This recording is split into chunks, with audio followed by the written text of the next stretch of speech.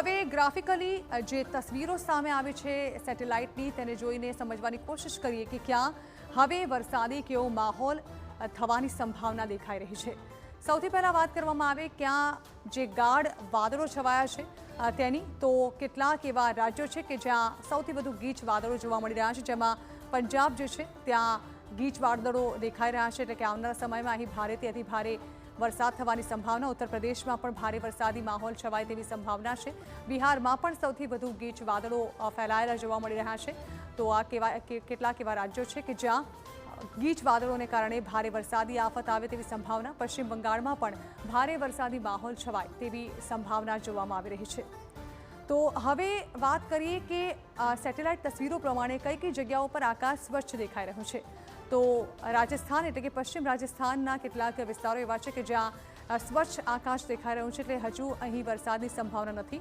તમિલનાડુમાં પણ કંઈક આવી જ પરિસ્થિતિ છે, અહીં પણ વરસાદની સંભાવના આવનારા દિવસોમાં નથી દેખાઈ રહી।